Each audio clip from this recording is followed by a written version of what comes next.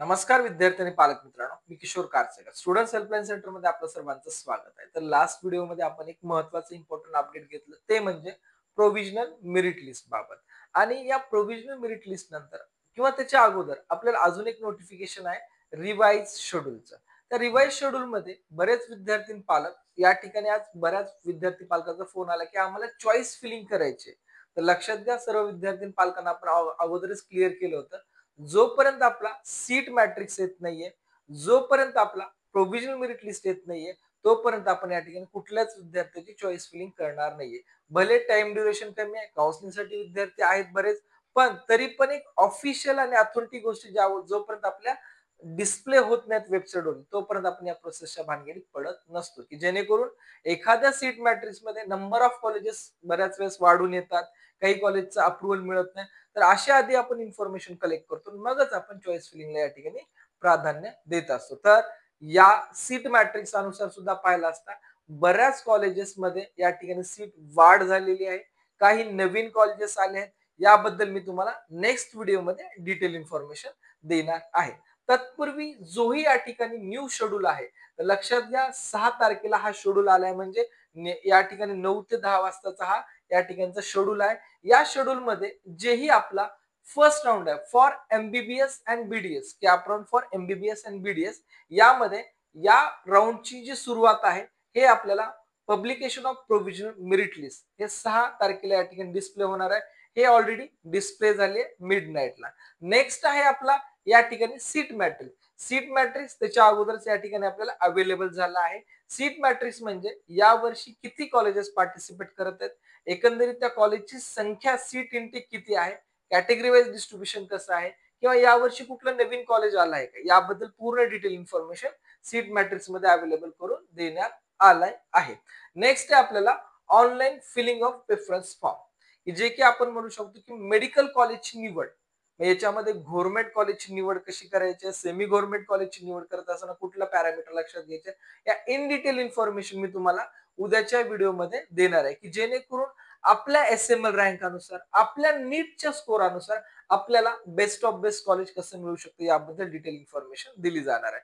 महत्वाची याच्यामध्ये आणखी एक गोष्ट आहे, ज्याही विद्यार्थ्याला आपल्याला कॉलेजची रँक वाईज लिस्ट पाहिजे, पूर्ण महाराष्ट्राच्या कॉलेजची रँक वाईज लिस्ट पाहिजे असेल फॉर एमबीबीएस गव्हर्नमेंट, फॉर या ठिकाणी एमबीबीएस सेमी गव्हर्नमेंट, ऍज वेल एज बीडीएस गव्हर्नमेंट, ऍज वेल एज बीडीएस सेमी गव्हर्नमेंट, या सर्व कॉलेजची लिस्ट आपण एक सम पॅकेज या ठिकाणी देत आहोत. त्या पॅकेज मध्ये या लिस्ट आपण पूर्ण ऍज वेल एज पूर्ण प्रोसेसचे लास्ट पर्यंत अपडेट आपण या ग्रुपवरती, किंवा जे काही विद्यार्थी लिस्ट परचेस करणार या विद्यार्थ्यांना आपण फर्स्ट डेट पासून, म्हणजे एसएमएल रँक पासून ऍडमिशनच्या स्टील लास्ट एंड पर्यंत आपण या पूर्ण इन्फॉर्मेशन आणि अपडेट्स या ठिकाणी प्रोव्हाइड करणार आहोत.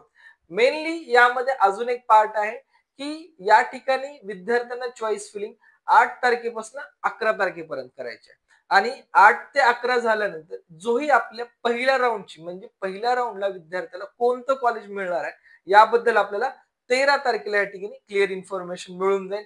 आणि 13 तारखेला अलॉटमेंट झाल्यानंतर 14 तारखेपासून 22 तारखेपर्यंत मिळालेल्या कॉलेजला जाऊन आपल्याला फिजिकल रिपोर्टिंग करायचे. लक्षात घ्या, 14 तारखेपासून आपल्याला 22 तारखेपर्यंत जे कॉलेज आपल्याला मिळालं आहे या कॉलेजला जाऊन आपल्याला रिपोर्टिंग फिजिकल मोडियम मध्ये मेड मध्ये करायचे आहे. या ठिकाणी ऑनलाईन रिपोर्टिंग चालणार नाहीये, फिजिकल रिपोर्टिंग आपल्याला करायची आहे.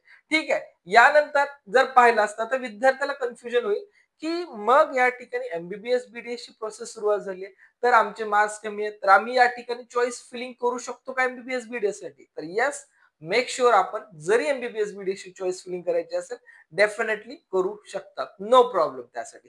ठीक आहे. जरी आपले मार्क्स कमी आहेत पण जस्ट ट्राय करायचं, तर डेफिनेटली आपण करू शकतो, त्यासाठी काय अडचण नाहीये. पण आता प्रश्न आहे की बीएमएस, बीएचएमएस, बीयूएमएस ऍज वेल एज बीपीटीएच या कोर्सेसची या ठिकाणी चॉईस फिलिंग केव्हा सुरुवात होणार आहे?